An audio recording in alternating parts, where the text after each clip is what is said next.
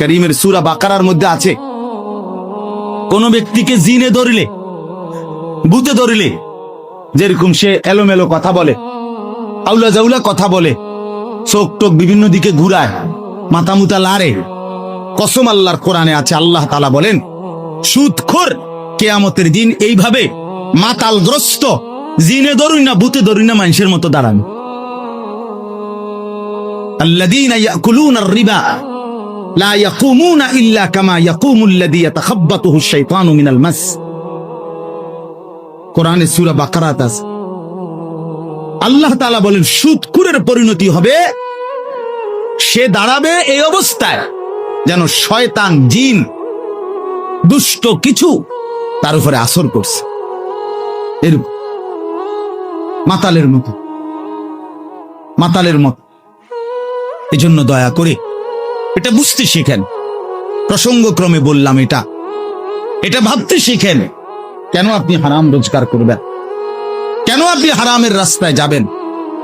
একটা কথা জরুরি মনে রাখেন বাপ, আল্লাহ তাআলা কুরআনুল কারীমের মধ্যে আছে দুইটা আয়াত, একই রকম আল্লাহ বলছে আমি আদম থেকে মুহাম্মদ সাল্লাল্লাহু আলাইহি সাল্লাম যত নবী এবং রাসূল পাঠিয়েছি, এই ১৬ লাখ নবী ১,২৪,০০০ বা ২,২৪,০০০ বা তার চাইতে বেশি কম, আল্লাহ পাক সকল নবীকে বলছেন দুইটা কথা।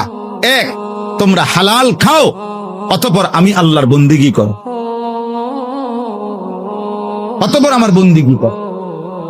ইয়া আইয়ুহার রুসুল কুলু মিনাত তাইয়্যিবাত ওয়া আমালু সালিহা, হে রাসূলগণ তোমরা হালাল খাও এবং নেক আমল করো। আল্লাহর নবী সাল্লাল্লাহু আলাইহি সাল্লাম বলেন উম্মত শোনো, হে মুমিনরা তোমরাও শোনো। নবীজি বলছে সমস্ত নবীকে আল্লাহ তাআলা এই কথাইটা যেরকম হুবহু বলছেন, খোদার কসম আল্লাহ মুমিন ইমানদার বান্দাদেরকেও এই কথাটা হুবহু নবীদের মতো করে ইমানদারদেরকেও বলছে। ইয়া আইয়ুহাল্লাযীনা আমানু কুলু মিন তাইয়্যিবাতি মা রাযাকনাকুম। আল্লাহ তাআলা বলেন হে ইমানদারগণ, তোমরা আল্লাহর দেওয়া রিজিকের হালাল যা তাই ভক্ষণ করো, তাই ভক্ষণ করো। আশকুরুলা, আল্লাহর শুকর আদায় করো। ইন কুনতুম ইয়াহু তা'বুদুন, যদি আল্লাহর বন্দেগী করতে চাও তাহলে আল্লাহর ইবাদতের জন্য হালাল খাও।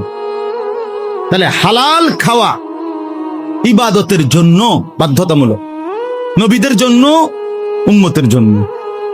কথাটা বুঝছেন কিনা?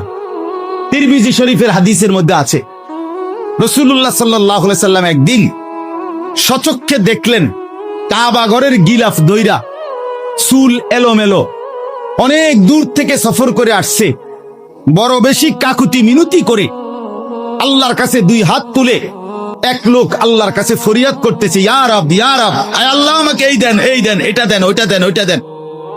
নবীজি সাহাবীদেরকে দেখাইয়া বললেন দেখো ওই লোকটার দিকে দেখো, মাতআমুহু হারাম, মাশরাবুহু হারাম, মালবাসুহু হারাম, গুযিয়া বিল হারাম, ফাআন্না ইউস্তাজাবু লা। নবী সাল্লাল্লাহু আলাইহি সাল্লাম বলেন দেখো সে যা খেয়েছে হারাম, সে যা পান করেছে তাও হারাম, সে যে পোশাক পরছে তাও হারাম, তার শরীরের যে গোশতগুলো হইছে এটাও হারাম।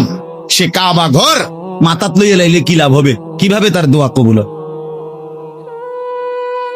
রাসূলুল্লাহ সাল্লাল্লাহু আলাইহি সাল্লাম বলেছেন ফাআন্না ইউস্তাজাবু লাহু। এই বাপ নিজের উপরে কদর করেন, নিজের উপরে রহম করেন।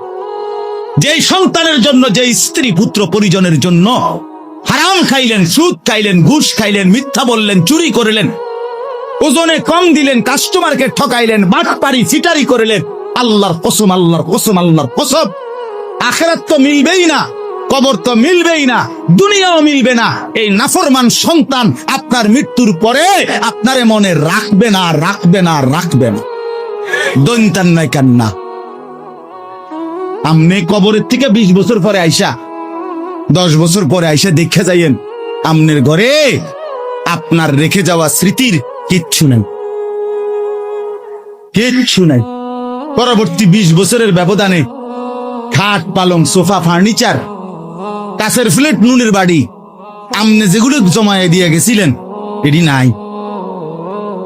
জিজ্ঞাসা করবেন শুধু পুত নাতিরে, কিরে বাবা আমার গুলা কই, বলবে এগুলো এখন চলে না, এগুলা ওল্ড মডেল, হালাই দিছি বহুত আগে।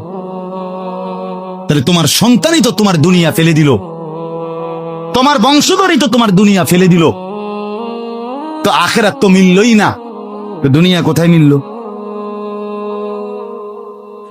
দুনিয়া কোথায় মিলল?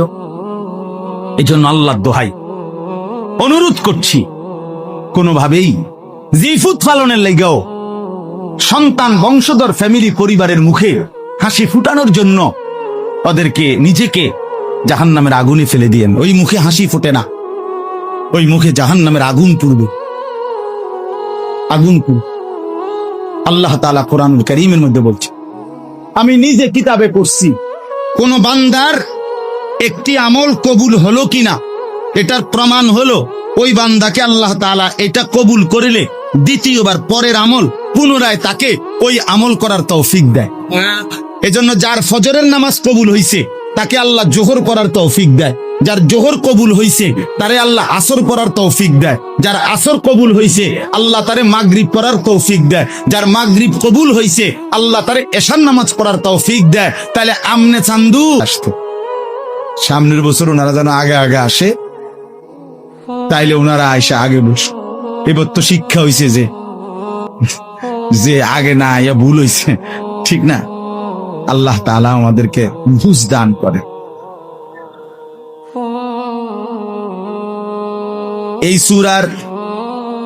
সূরায়ে মাআরিজ, এই সূরার এই আয়াতের মধ্যে যেখান থেকে আমি পড়ছি 19 নম্বর আয়াত, আল্লাহ তাআলা মানুষের স্বাভাবিক একটা চরিত্র তুলে ধরছে। প্রথম, মানুষ মাত্রই তার স্বাভাবিক চরিত্রটা কেমন হয় আল্লাহ তাআলা এটা প্রথম তুলে ধরছেন। এরপরে সেই চরিত্র থেকে পবিত্র থাকে কারা, মুক্ত থাকে কারা, এরকম গুণাবলী সম্পন্ন কিছু বান্দার পরিচয় আল্লাহ তাআলা তুলে ধরছেন। অর্থাৎ প্রথম আল্লাহ তাআলা বলছেন, ইন্নাল ইনসানা খুলিকা হালুয়া। এই যে কথা এখান থেকে শুরু করলেন, নিশ্চয়ই মানুষ তাকে বানানো হয়েছে স্বাভাবিকভাবে হালুয়া। এই চরিত্র, এই শব্দটার অর্থ হলো তিনটা। এক নাম্বার হলো ভীরু, দুই নাম্বার হলো অধৈর্য, তিন নাম্বার হলো লোভী। লোভী লোভী তো আল্লাহ তাআলা বলেন মানুষের স্বাভাবিক আচরণ হলো, মানুষকে স্বাভাবিকভাবে বানানো হয়েছে, মানুষের স্বাভাবিক চরিত্র হলো সে ভীরু, সে অধৈর্য, সে লোভী। কি ব্যাপারে ভীরু, কি ব্যাপারে অধৈর্য, কি ব্যাপারে লোভী? আল্লাহ তাআলা সেটার দুইটা উদাহরণ দিছে। ইদা মাসসাহুশ শাররু জাজুআ ওয়া ইদা মাসসাহুল খায়রু মানুআ। আল্লাহ তাআলা বলেন স্বাভাবিকভাবে মানুষ এমন হয় যে যখন তার উপরে কোনো মুসিবত আসে, অকল্যাণ, অপছন্দনীয় কিছু আসে, তো অল্পতেই হতাশ হয়ে যায়। আবার যখন তার পক্ষে, তার পছন্দসই, তার পছন্দ মতো, চাহিদা মতো কিছু মিলে, পেয়ে যায়, স্বাচ্ছন্দ্য, তার সুবিধা মতো, তখন সে মানুআ, কৃপণ হয়ে যায়। অর্থাৎ তখন আর সে আল্লাহর পথে, আল্লাহর ইবাদতে, আল্লাহর জন্য তা ব্যয় করতে আর চায় না। থাকলে বা পেরেশানিতে পড়লে, মুসিবতে পড়লে একদম হতাশ হয়ে যায়, আর থাকলে কৃপণতা, আর দিতে চায় না আল্লাহর জন্য, তখন আর খরচ করতে চায় না। তা আল্লাহ তাআলা বলেন এই হলো মানুষের স্বাভাবিক চরিত্র, স্বাভাবিক বৈশিষ্ট্য।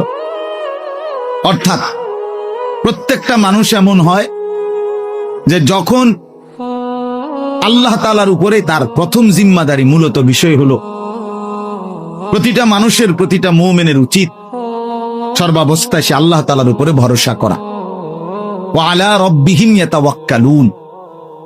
আল্লাহ তাআলা কোরআনুল কারীমের মধ্যে বলছেন মুমিনের সিফাত হলো মুমিন তার রবের উপরে ভরসা করবে। তাহলে আমি সুখে থাকি কিংবা দুঃখে থাকি, আমার অভাব হোক আর প্রাচুর্য হোক, আমার পছন্দ মতো মিলুক অথবা না মিলুক, কোন অবস্থাতে আল্লাহর উপর থেকে নির্ভরতা ভরসা না সরান, এটা হলো আল্লাহ তাআলার চাওয়া। আল্লাহ তাআলার চাওয়া কোরআনুল কারীমের মধ্যে আছে। আল্লাহ তাআলা নবী সাল্লাল্লাহু আলাইহি ওয়াসাল্লামকে বলছেন, কুল লান ইউসিবানা ইল্লা মা কাতাবাল্লাহু লানা। হে নবী, আপনি বলে দেন পৃথিবীবাসী, আপনার উম্মতকে, সমস্ত ঈমানদারদেরকে, সবাইকে বলেন যে শোনো, এই কথার বিশ্বাস রাখো যে লান ইউসিবানা ইল্লা মা কাতাবাল্লাহু লানা, আমাদের উপরে কোনো মুসিবত আসবে না, কোনো পেরেশানি আসবে না, আসবে ওইটুকু যেটুকু আল্লাহ আমাদের জন্য তাকদীরে লিখে রাখছে। মা কাতাবাল্লাহু লানা, আল্লাহ যা লিখে রাখছেন, ফয়সালা করছেন, সেটা আসবেই। এর অতিরিক্ত কিছুই হবে না, এর অতিরিক্ত কিছুই হবে।